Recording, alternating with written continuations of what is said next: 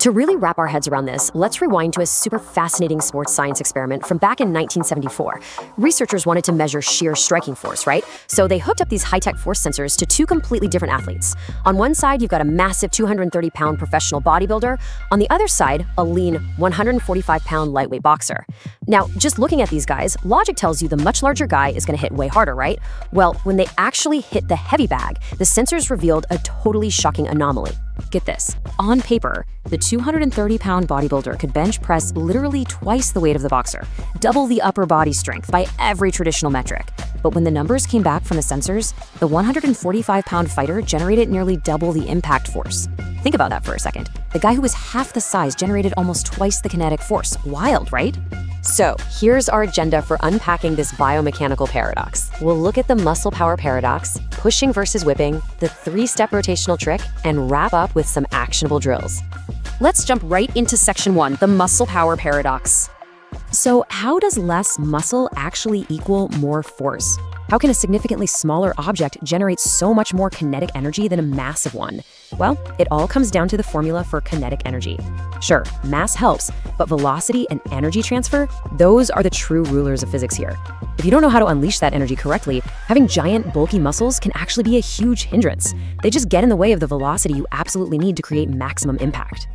Picture this. Imagine holding a heavy iron bar in one hand and a leather whip in the other. If you punch like you're pushing that iron bar, trying to muscle it through the air, your big muscles actually act like brakes. They literally slow the movement down. On the flip side, relaxed velocity generates explosive energy, exactly like snapping a leather whip. The tip of a whip breaks the sound barrier, not because it's heavy, but because the energy travels so efficiently and effortlessly down its entire length. All right, moving on to section 2, pushing versus whipping. This brings us to the core problem almost all beginners face. Imagine trying to throw a baseball as far as humanly possible, but while doing it, you're actively flexing every single muscle in your chest, shoulder, and arm. What would happen? The throw would feel incredibly weak, clumsy, and just slow. And that is exactly what happens when you try to throw a punch by flexing. Flexing your chest and shoulders makes you weak because muscle contraction creates tension. And tension, it's the ultimate enemy of speed. It literally works directly against the direction you're trying to move. So here's the absolute crucial point. True power is generated through the kinetic chain. Punching power isn't generated in the arm at all. The arm is just the delivery vehicle. Real power moves from the ground up. It starts at the floor, travels through your ankles, multiplies in the powerful muscles of your hips, twists right up through your core, and finally shoots out of your knuckle like a bullet at the very last microsecond. If you interrupt this chain with tension in your shoulders, well, the energy just dies before it ever reaches the target.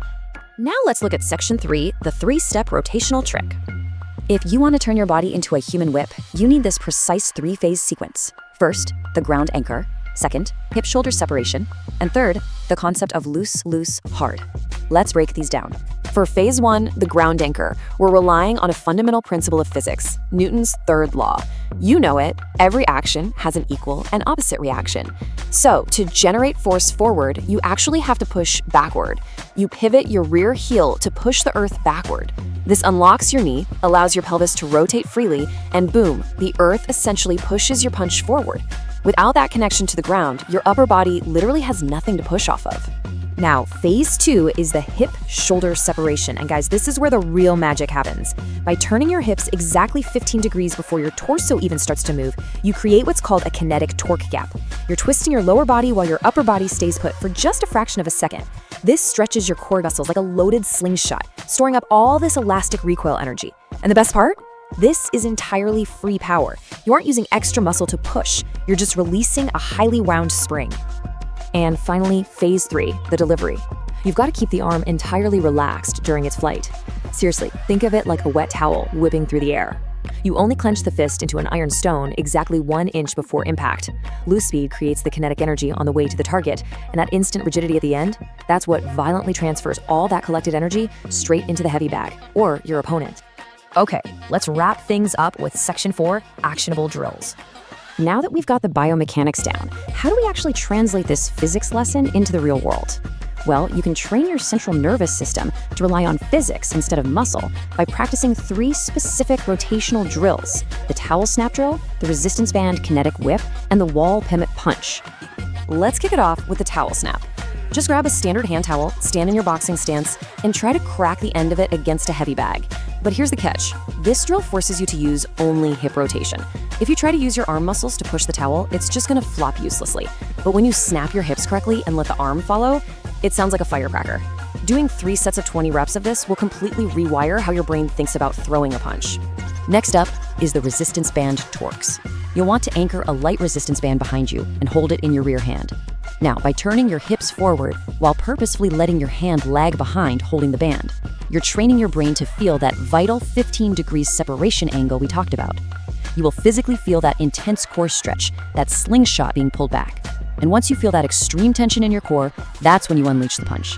The third drill is the wall anchor. Standing close to a wall with your non-punching shoulder lightly touching it forces some really strict mechanics. If you try to push your punch by leaning your weight forward, which is a super common beginner mistake, your shoulder is going to smash right into the wall.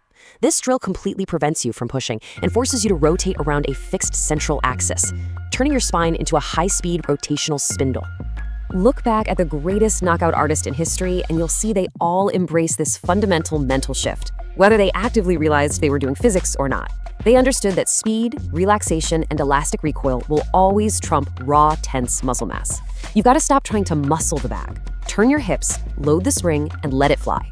So I want to leave you with this thought to chew on. Next time you hit the heavy bag or during your next workout, ask yourself honestly, are you holding yourself back with tension, trying to muscle your way to a powerful strike?